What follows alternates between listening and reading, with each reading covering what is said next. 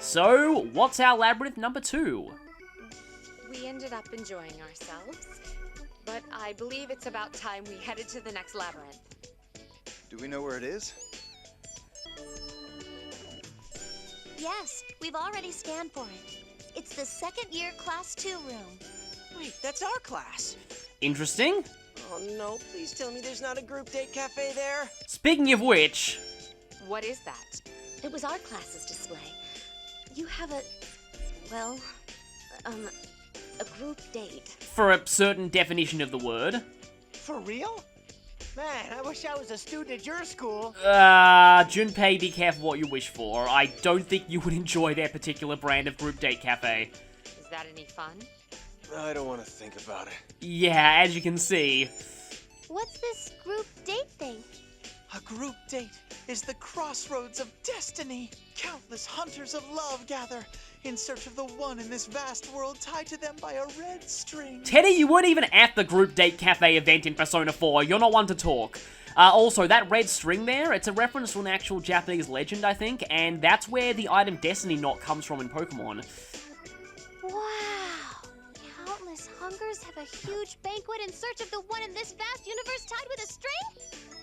It's scarier the way she says it. Yeah, Ray pretty much mishears everything. I mean, Teddie, don't lie like that to Ray-chan. She'll believe you. Especially don't lie to Igus, given what happened earlier in this playthrough. Aww, but I just can't leave Ray-chan alone. Teddie, you already lost the trading contest. I understand the feeling. I won't leave you alone either, Ai-chan. May I score with you? So Teddie's obsession with scoring comes from something that happened early in Persona 4, where he heard that word spoken by Yukiko's shadow, and he kind of became obsessed with it, despite having no idea what the term scoring actually means. I refuse. Owie! From what you say, it sounds like this group date is a rather refined event. Not really. Not in the least. Is a red string really tied to the person you're destined to be with? I don't know, but I think we all want to believe that it is. Mm-hmm. I'm sure it exists. Right, Zen? You're going to eat string? And obliviousness. That's not what I To meant. the most obvious crush of all time. Well, one of them at least. It's still not noon yet. I guess it really is stopped. Well, if it was noon, then Kanji would be running and hiding for reasons that he doesn't fully comprehend. What are you talking about? The clock tower outside. It's been the same since we got here. I couldn't tell if it was wrong or stopped, but it looked stopped. Then how is the bell ringing? No, it's not stopped. It's moving. Just very slowly. Oh, I see. Then the time must not be right. Can we go take a closer look at it? Is it piquing your ace detective instincts? Not necessarily, but... Well, given how often clocks that are at the wrong time or are running slowly are used as part of the solution in murder mysteries, it definitely would pique her interests. Ace detective? Aha, yeah, this. This, I think, is kind of an English version exclusive reference, because this was a translation of one of Junpei's quirks in Japanese that I'll get to a lot later when it comes up.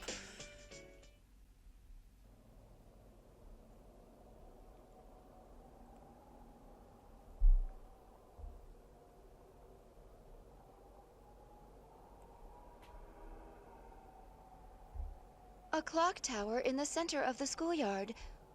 Would it not be too obtrusive?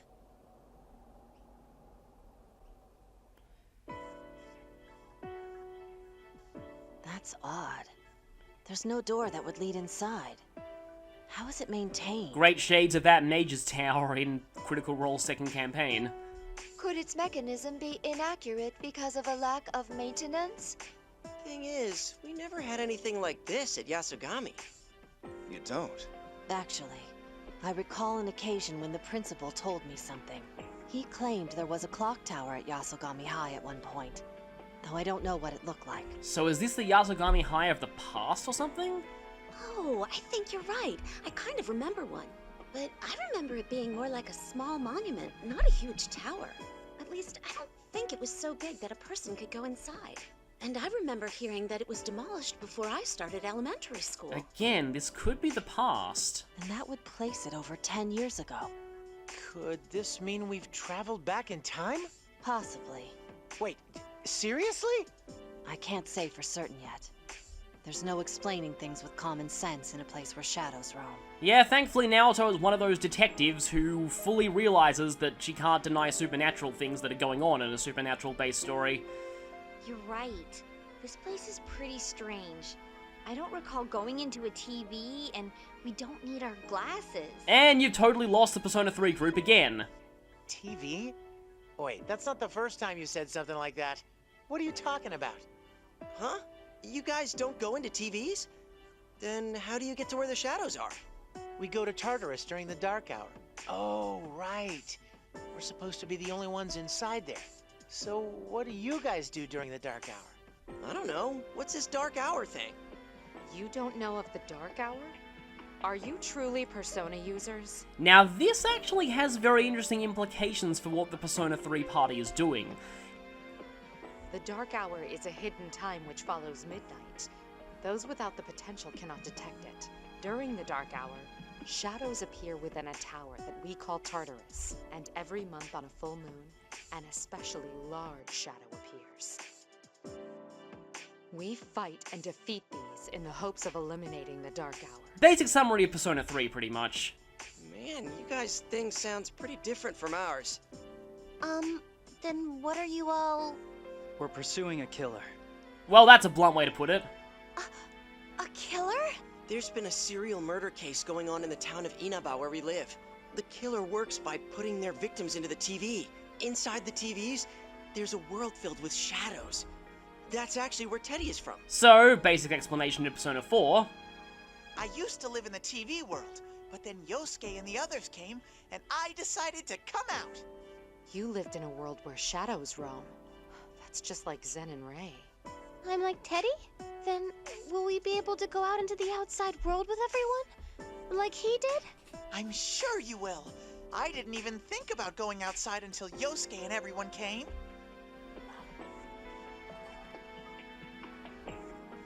But when I did leave, it was so much fun that I wished I had done it much sooner. Me too.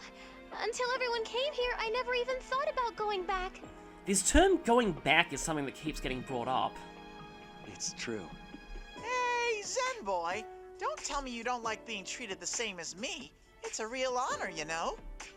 Can it, Teddie? I was just getting to the important part. So anyway, if you're in the TV world on a foggy day, your own shadow will attack and kill you. Normally, only Persona users can go in and out of the TV, but they can put other people in there as well. So, the culprit is using their persona ability for murder? That's kinda like someone that the Persona 3 team have dealt with. There's much we don't know yet, but we know for a certainty that we will capture the culprit. Our reasons for fighting are completely different from yours. Anyway, this is not the TV world, and it's most likely not this Tartarus you speak of either, which means that we know almost nothing about it. I believe we should cast aside all that we think we know, and learn the rules of this world. I thought this clock tower might provide some sort of hint. That's unlikely if we can't enter. I'm sorry to have wasted our time here. Let's head to the next labyrinth. I'm sure we'll have some way of entering eventually if it's that important. Maybe when the clock strikes 12. Oh no.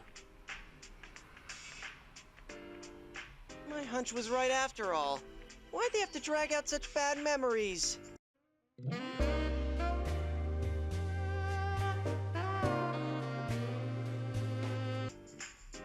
Let's get on with it. We've got 3 big ones left, right? That should be the case. It is also possible that I will regain my memories. If Zen-kun's memories return, we might be able to learn something about this world. All right, let's get going, leader.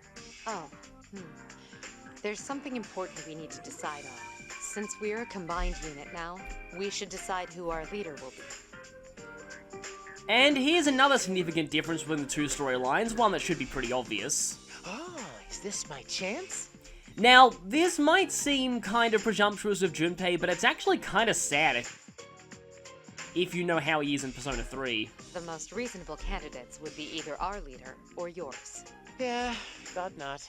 And the term leader gets thrown around just to avoid them having to mention the names of characters whose names are decided by the player in voice acting.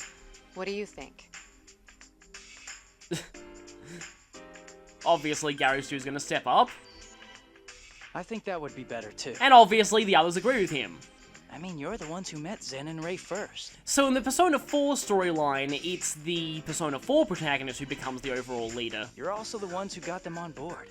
And you reached the depths of the labyrinth first. Yeah, things are reversed on their storyline. I think you have more experience in this world than we do. He does have a point. I ask that you continue, that you take up being our leader once more. Leader of our combined forces. Leader Also, of combined I ask that you forces. support our new leader. I know. We'll consider you our vice leader. And that's what this guy is referred to in voice acting from now on. Vice leader?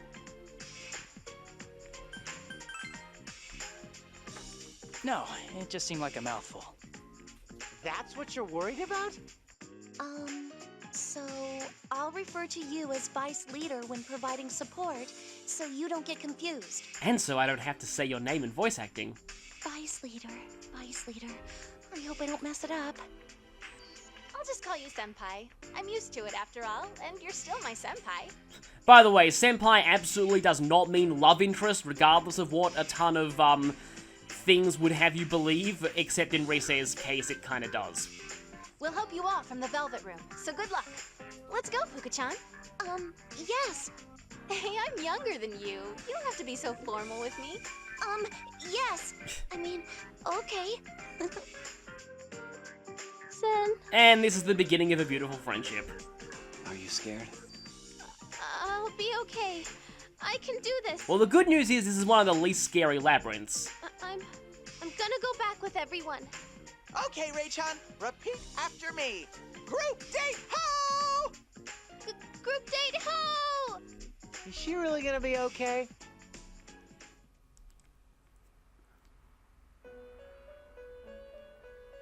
Sister, why is it that those people have come together?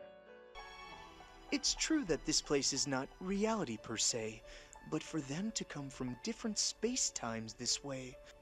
True. Time always flows in one direction. Yet, this distortion could eventually become a rip, which may eventually affect the real world as well. Time paradoxes and all that. Affect the real world? It's only a possibility. But you admit it is possible. Why is this a culture festival? If making this place a school wasn't specific enough, then... This culture festival is a kind of ceremony, correct? Ceremony? There is one more thing on my mind. The fact that the power of the wild card has changed. My guest, who before could freely summon any kind of persona, cannot remove Orpheus. Mind you, he is now capable of summoning another persona at the same time. But still... This seems different from the usual principle behind the power of the wild card. It's as if that neutralized power had its abilities forcefully distorted. Could it be related to this world after all? Neutralized? Yes, this world is connected to the collective unconsciousness. It is a world constantly in flux, with the power to change its shape. Yet the power of the wild card, representing infinite possibility, has been neutralized. In other words, could it mean that this world is finite? That it does not change? That's somewhat important. Remember that for later. Finite? Sister, what do you mean? I don't know yet. In any case, we must not forget our roles. We may assist in our guest's journey, but we cannot intervene. All we can do is watch and see what kind of fate they take hold of. Yes, though of course we will assist them as much as possible. That reminds me, sister. Was there not something you wished to speak to me about? I'm pretty sure you shouldn't do that. Again, time paradoxes and all that. As I recall, you mentioned something about me and my guest? Yes, about that. My own guest is from the year 2011 of the Gregorian calendar. At that point in time, you are... Sister? Let's not. We are but bystanders to fate. I said myself just now that we cannot intervene. Very well. I choose to completely forget about this discussion. That will do. Now then, everyone return to your posts. All you guys talk about is boring stuff. Theo, go buy me some shaved ice. The green stuff. Very well.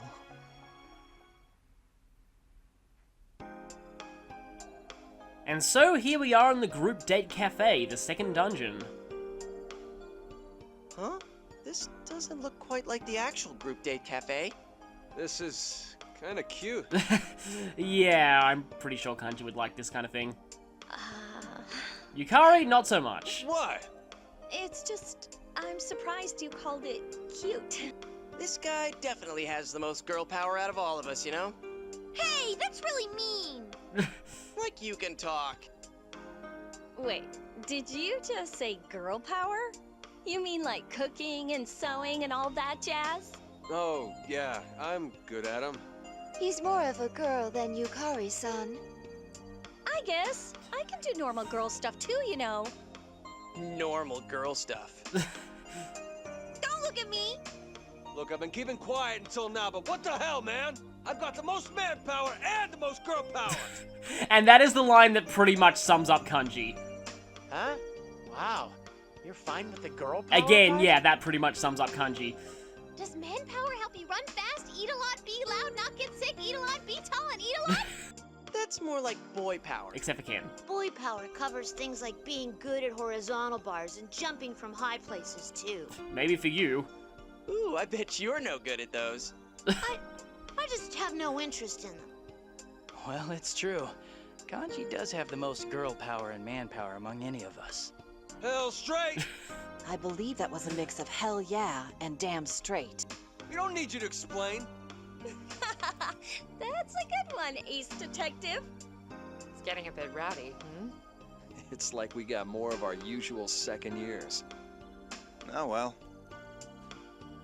Welcome, stray lambs. This is the second year Class 2's display. And this is one of my absolute favorite things about the second dungeon, this voice, which we'll be hearing a lot. I like to describe this voice as a male GLaDOS, because that's basically what it is. Who said that? Hello to everyone. Both those I'm meeting for the first time, and those I'm not meeting for the first time. This display uses state-of-the-art technology to find your destined partner with a few simple questions. So this is going to be the gimmick of this labyrinth. I'll explain more about it once we actually get to the main part of it. You can participate if you wish, or you might choose not to. Actually, you are forced to participate. What's up with that? I mean, we've got no choice but to do it. So, we're gonna find out who our destined partners are! Zen! Hey, Zen! What is it? About my destined partner. Who do you think it is? Who could it be? We'll find that out in this display, won't we? Jeez, you dummy! Dummy? Why? Ray-chan, look! Your destined partner is right here! Huh? Where? Hmm? Is it Zen, after all? No, it's me! Huh? No, it isn't. Shut down!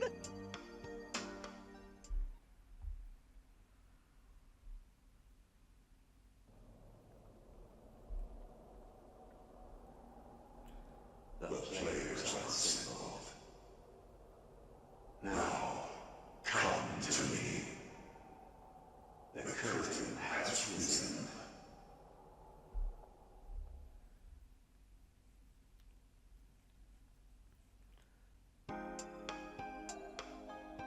But before we do anything here, I am actually gonna head back. Although, firstly, this dungeon does not automatically mark the starting point. But yeah, heading back right now. If you've seen the earlier part, you will have already seen what I'm doing here.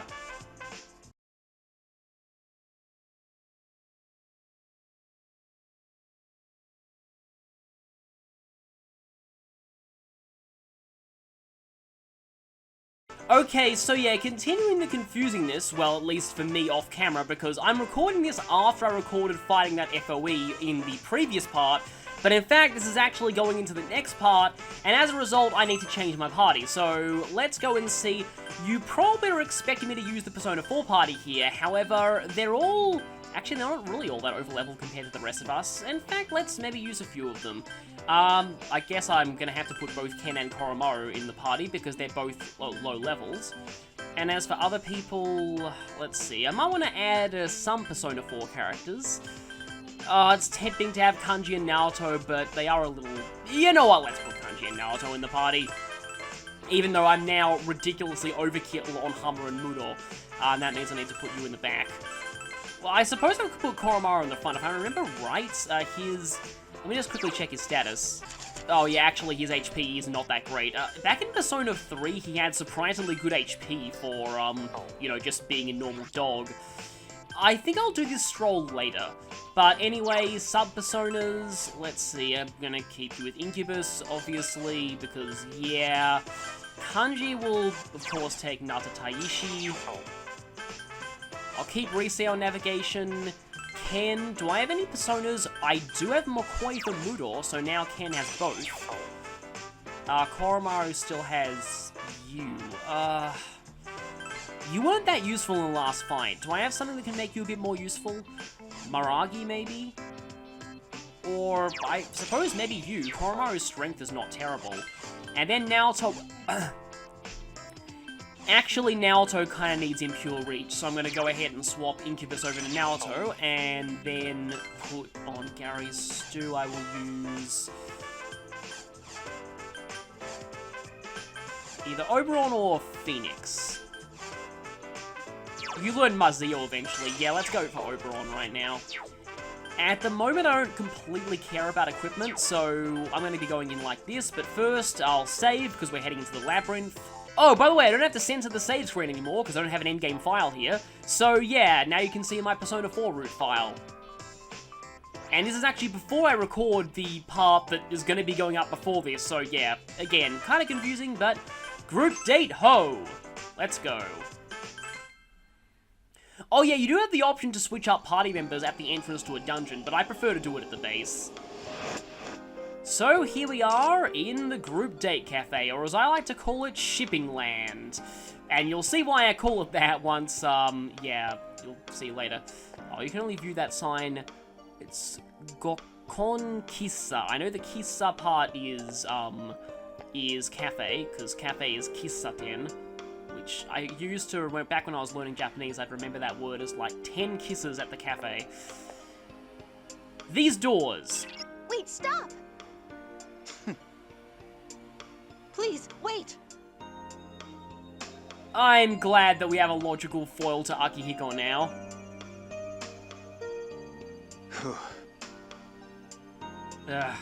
What the hell? Yeah, Yosuke, tell it like it is. So we have a door here. In fact, I think, are these the special doors? I forget if this is the first special door, I think it might be, so I'm going to mark this in yellow. Let's go. Now, there is a door ambush here on this floor. Later on, that's awful. Missing data. Here I go. Oh, that's all you say now, sir? But yeah, this is not that ambush. Trust me, I'll talk a lot about that ambush when I get to it, because that ambush is absolutely awful. Okay, just a quick cut while I got my notes in order. We have the Lustful Snake, which is weak to fire and light. Kind of weird, because back in the original games it appeared in, it was usually weak to ice. And the Tranquil Idol, which is weak to ice and light. So, yeah, instant death is gonna kind of break this fight. The Lustful Snake, if I remember correctly, is actually important for a side quest later, but we don't really have, that side quest yet. So for now, we're just gonna go ahead and, Twin Slash, I suppose? I mean, everything here is pretty much gonna be dead before I have a chance to do anything. Well, I suppose Frostlink's gonna be effective against the Idol. So let's go for Hammer on that snake, and you're going to hammer the other one. Come on. Also, I'm pretty sure, and Yakushi looks really cool there. I'm pretty sure that was not a special door.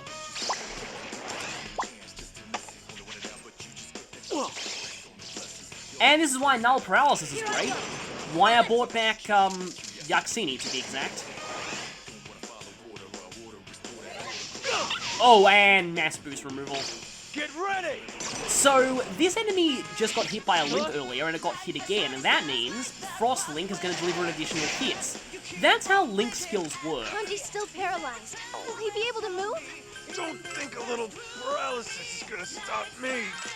Well, I mean, if this was Pokemon, you'd be immune to paralysis due to being an electric type, but this is not Pokemon, so yeah.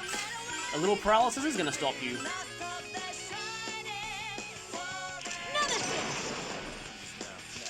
So yeah, considering that's a brief tutorial fight to this dungeon, I didn't really have much time to explain, but Link skills. Link skills are much better later on in the game when you have access to passive skills that increase the number of links. How'd I do? Pretty well considering you leveled up. Okay, we're about to get introduced to a really annoying facet of this game's level up system. Whenever a character learns a more powerful spell, it automatically replaces the lower tier version. This means I now have to spend a lot more SP if I want to get boost off of Fire Weak enemies, yay! So, that annoys a lot of people who play this game, and it's another reason why magic is not that great overall. Do you all not use guns? I use one, but... It's very different to yours, so please just don't even try and confuse them. No, I mean a gun-shaped evoker. We summon our personas by pointing an evoker at ourselves and pulling the trigger of our own will. That's pretty harsh. It's so that we stay conscious of death. That and the fact that it kind of forcibly induces that fight-or-flight sensation that usually triggers a Persona awakening, like the ones we saw in Persona 5. By facing our own death, we can draw out our hidden power. The evoker's a way to force that. Being conscious of death? I've never thought of it that way. This erasing the dark hour thing you guys mentioned, is it that tough to do? Well, yeah. Saving the world's not for lightweights. If you want to bring about world peace, then you gotta put your life on the line, right? Saving the world? That sounds like something in a movie. Yeah, I guess. Well, it's technically true considering Persona 3 had movies made out of it, and Persona 4 technically doesn't have a movie, so yeah. I guess we're like lonely heroes who fight day and night for the sake of mankind. Just kidding. Actually, the day part doesn't make sense because you only fight at night, but whatever. That is false. Junpei-san spends his days sleeping in class, doodling in his notes, and spinning his pen. The downsides of having a robot who monitors everything with you. Wait a sec. I got friends too, you know. A hero. Huh. Yeah, Yosuke's desire to be a hero was a pretty big part of his character in P4. You're really set on this, huh? It's amazing that you can be so... resolved, I guess is the word. I'm doing my part for the sake of our town, but I've never thought about the world or mankind as a whole. Of course, if I can use my ability to help people, I think I should. And I'd like to, but... And at this point, you've already used your ability to help people. Because, yeah, Kanji would not be alive if it weren't for you, for one. Wow, that's impressive. I had never thought about things like that either. Your fight is honorable as well. It isn't easily done. Your burden is different from ours. That's all. Are you putting your life on the line for world peace too, leader? I guess. Huh. In any case, let's hurry on. So, I really like that conversation. It sets up the dynamic between the two parties. In that, the Persona 3 party has a far heavier burden than the Persona 4 party. Right from the beginning of their story, they already know that they are fighting for the sake of the whole world, to free mankind from apathy syndrome, and to end the Dark Hour. The Persona 4 party, on the other hand, is only fighting to stop a serial killer in a single town, which is still a noble goal, but it's a bit less far-reaching, or at least it seems that way at this point. The downside, though, is that due to this immense sense of duty and burden that the Persona 3 party have, they aren't quite as close friends as the Persona 4 party is, and we'll be seeing more of that as we go through the game. Hmm.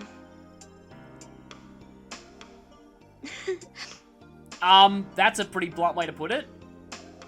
Please stop that.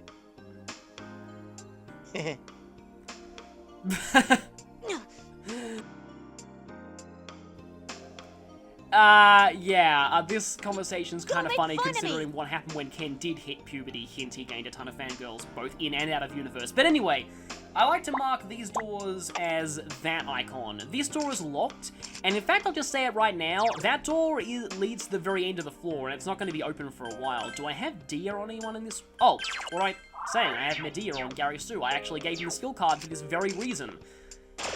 Anyway, the music in the group date cafe is pretty nice and peaceful. Wow, this right off the bat?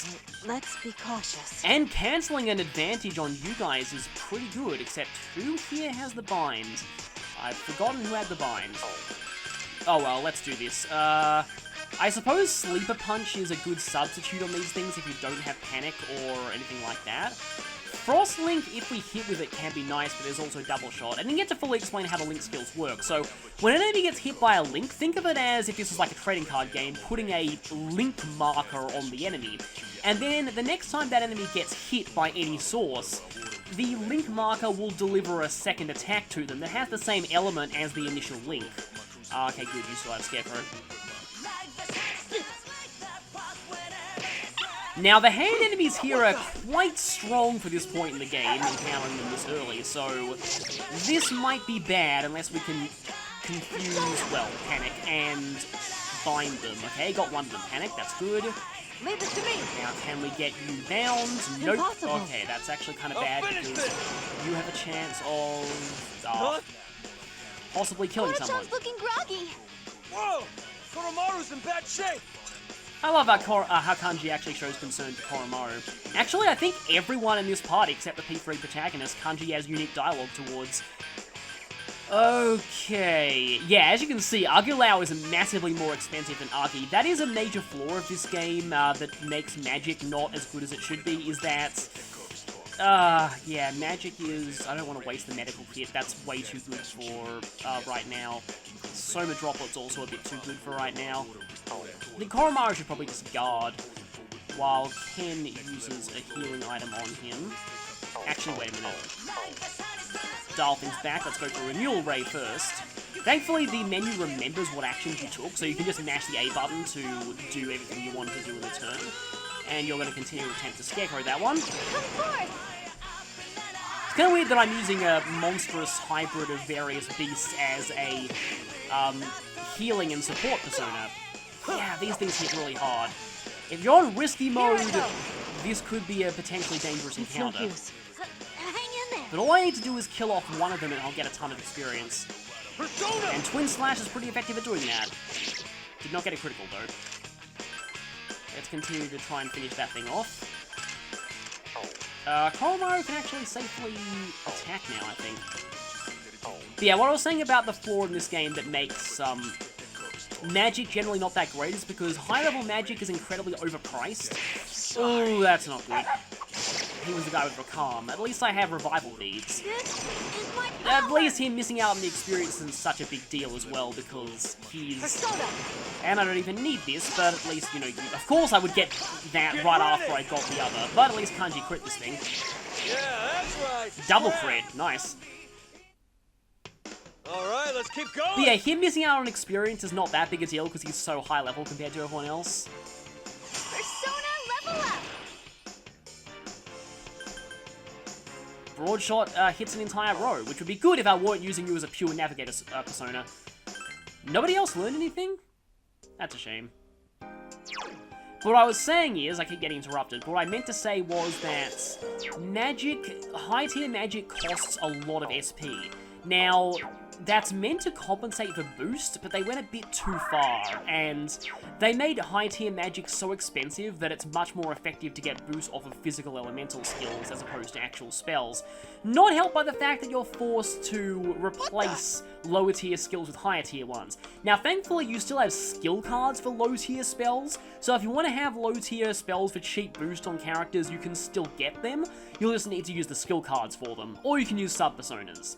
Anyway, we have some death spikes here. Actually, no, wait, this is a Mega Man. Thankfully, these spikes do not instantly kill you. And, again, Junpei being meta. Junpei is pretty much the meta guy of the Persona 3 party, and of course of this entire party, really. Yosuke's meta sometimes, but he's not nearly as meta as Junpei is. It's bear time! Oh no, don't do that. What? Thankfully, it wasn't Akihiko who rushed into danger this time. We're gonna be forced to step on the spikes just to demonstrate what they do.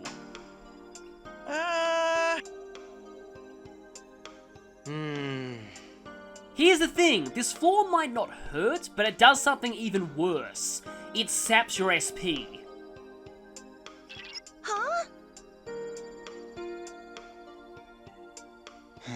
And given how important SP is, that's not good. It will not sap the SP granted by your sub-personas, so you'll still have access to that pool even if you run out of your regular pool of SP due to the spikes. Here's the thing though, and this is something that I find really annoying in this case. Where is the thing? Okay, I like to mark out these spikes as blue diamonds. You can see one more thing of spikes there. The tiles with the spikes on them, they count for the purpose of map completion. So what I like to do is I like to ignore them initially, and then come back at the very end of the floor just to step on all the spike tiles and get the map completion out of the way. It is kind of annoying though. You'd think that if tiles that require you to fight FOEs to step on them don't count, you'd think these wouldn't count either, but nope, they do. Good news is, the later floors are nowhere near this crazy about the spike abuse than this floor is. But we have a treasure chest here, which is good. Winged sandals, and how fitting that we get this here. Unfortunately, it does take up an inventory slot. I kind of wish this was an actual equipable item and not a consumable. This prevents floor damage for a few steps, or in this case, floor SP damage. I wonder if this will give me enough to fully step on these spikes. It'll at least mean that I don't have to come back later. And yet, we can open a shortcut. Well, it doesn't prevent battles, though. Uh-oh. 3 shadows, and I'm missing data. You're going down! Okay, the good news about these things is they are not the basalt that's extremely annoying, but yeah, anyone who's played Persona 4 knows that basalts are always really annoying enemies. These ones are weak to electric and light, and that means we'll hopefully be able to make quick work of them, but there are some later ones. I forgot that you even had Hummer. Oh yeah, because I passed that on to Oberon. I should have realized that for the last fight. I'm kind of a derp. But Kanji can Bolt Strike one. I guess you'll just go for double shot. I'm not going to abuse instant death as much later on as I explore, but I just want to get the initial areas of the dungeon out of the way. This part was full of a lot of cutscenes, so it kind of makes sense for there to be, I don't know, for the battles to go a little bit quicker. It's always that dilemma, like the whole Code of Honor thing. I was watching a video on Kingdom Hearts about that, talking about the whole broken mechanics and talking about how if you need to resort to a Code of Honor just to make the game more interesting, then the developers kind of failed balancing the game. I did it! Oh hey, someone else has Recalm, so now if the main character goes down, I can still revive people. That means I have to rely less on revival beads, well at least while Ken's in the party, and we can see that shoe icon displaying, which means that we can walk on these without fear of taking SP damage. I think we'll start blinking when it's about to run out. But thankfully it's still in effect, and while it's still in effect, I guess I can step on this. I don't know why they put a spike here. Doesn't really make sense for there to be a spike there, but I guess they put one there. As you can see, this floor's a little bit more open than the last dungeon. And of course, we hit one of these.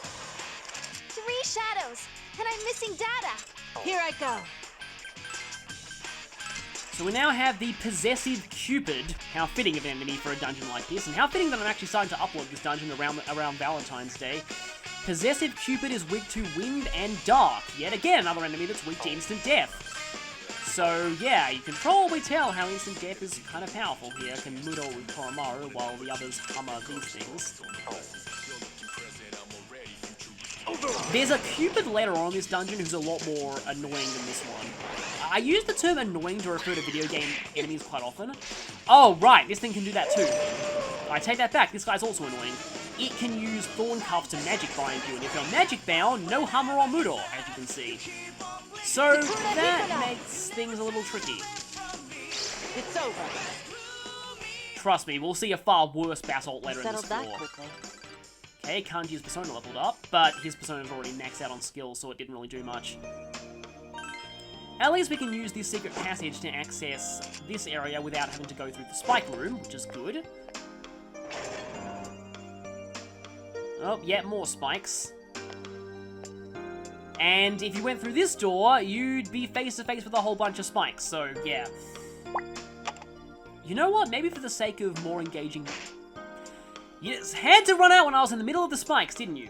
For the sake of more engaging videos, I might as well fill in the spikes later on. Because, yeah, it's... Who wants to watch me dragging and dropping spikes onto the map? Though I guess that is the authentic Etrian Odyssey experience. Ah, man, those are annoying. Like I said, though, they don't get nearly as abusive with the spikes later on in this dungeon. It's really just this floor. Much like the one-way shortcuts in the last floor. And by that I mean the last floor of You in Wonderland. Much like that... I think I actually put that... No, I didn't put that diamond in the wrong place. Oh, it just says love. I thought for a second that said Elise, and that would have been giving me horrifying Sonic 06 flashbacks. But yeah, much like with the one-way shortcuts last time, they mainly abuse a mechanic on the floor that introduces it to you. So I'm gonna have to go back and step on those spikes later.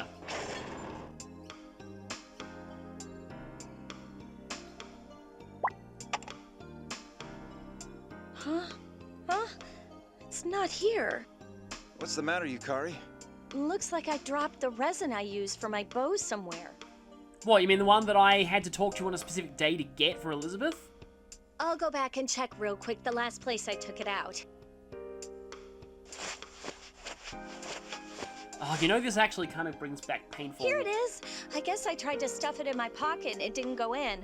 Oh well. Yeah, this is kind of painful to me because I have recently, as I'm recording this video, lost a pretty expensive pair of sunglasses. They fell out of my pocket while I was at a cafe, and it was frustrating. I called the cafe and I was expecting, because I retraced all my steps and I knew that the one place they could have possibly been was the cafe. I called the cafe and they're like, oh, we haven't seen any sunglasses, so clearly somebody stole them, and that really angers me.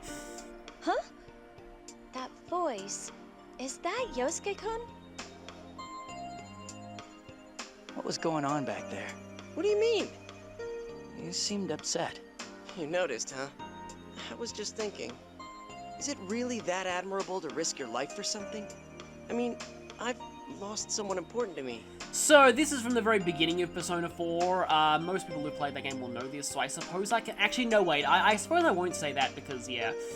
I promised I wouldn't reveal anything from Persona 3 and 4 other than the obvious party member spoilers. Since she didn't get to live her life, I want to live hers as well. Well, at least we now know it's female. I'll fight for what I believe in, but I don't plan on dying for it. I think that's perfectly fine. Mitsuru-san said it herself. Their burden is different from ours. Yeah. We're fighting for our reasons, they're fighting for theirs. But for now, we have the same goal. You're right. We can't think about the killer or world peace or whatever until we get out of here. They're good people too. Yeah, I know that much. Our reason for fighting. And at around this point in Persona 3's plotline, Yukari was kind of having a lot of doubts. Takeba, we're ready to go. Oh crap, I gotta move it.